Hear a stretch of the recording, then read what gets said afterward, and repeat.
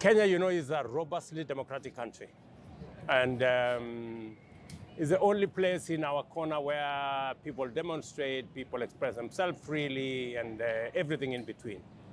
And but the last 24 months, slightly more over the 2 years, we have had a journey as a nation. We have reformed our education system. We have transformed our agricultural system, transformed our health system. We've brought in more interventions that were there for a very long time, housing and everything in between, and very heavy lifting the last couple of 24 months. The criticisms have been very harsh on you as you've been doing this, and indeed some of the criticisms in terms of the questioning of rights, of freedom of speech. Look, you know, I'm always hesitant when I speak to a president to tell you about your own country. Yes. But at the end of the day, the criticisms say that it is authoritarian and that it is anti-investment. That the nature, the effect of all this is, it creates an anti-investment environment. That cannot be further from the truth. If you look at the numbers don't lie, my friend. Our inflation has come down from 9.6 to 4 to an average of 4. Our dollar reserves have gone up, doubled actually, from $5.7 billion to $11.8 billion.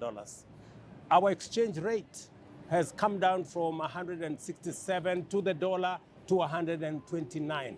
That tells you the fundamentals are strong. IMF just released a report that says Kenya has now moved from position 9 to position 8 as the largest economy in Africa. And Standard & Poor's has just given a report that Kenya is much more creditworthy than it was 2 years ago. That so tells why are people protesting? That's the essence of a democracy. Don't you see a demonstration around here? There are demonstrations all over. This is the essence of democracy. Democracy is that some people agree with you, some don't agree with you. Those who don't agree with you demonstrate. Those who don't agree with you, they do whatever it is that. But what leadership must do is to focus, keep the eye on the ball.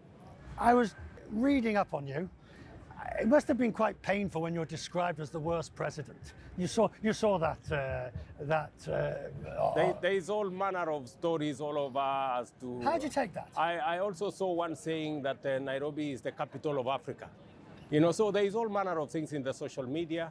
But you see, as a leader, you must keep the focus. How hard is that? It's quite difficult because there is so much noise sometimes, there is so much action sometimes, and it is easy to be dissuaded or it is easy to be misled. But for the last 3 years, I have kept my focus, and believe you me, it's turning around. People are beginning to say, let's listen. Maybe William Ruto has something to say. In fact, because the reality is changing. The numbers are speaking for themselves. The transformation is real. Do you regret getting involved and offering to lead the multinational force in Haiti? Bearing in mind, I mean, when you're complaining about old cars, second-hand cars, and that comment, I'm not sure whether you realized it was going to sort of take off as it did, but you regret leading that? I will never regret, because in the first place, Kenya came into Haiti out of solidarity, because that is the essence of the United Nations. It's the other side of the world. That is the belief we have as a nation, that we have been across the world many times. This is not the first time we are going across the world for peace efforts. We've done this in Kosovo. We've done it in many other places. So that is the DNA of Kenya, to be present when others need us. Have you been assured you'll get new cars? There is a transition, which I spoke to this afternoon. There is already an understanding that, yes, Haiti is doable, it is solvable.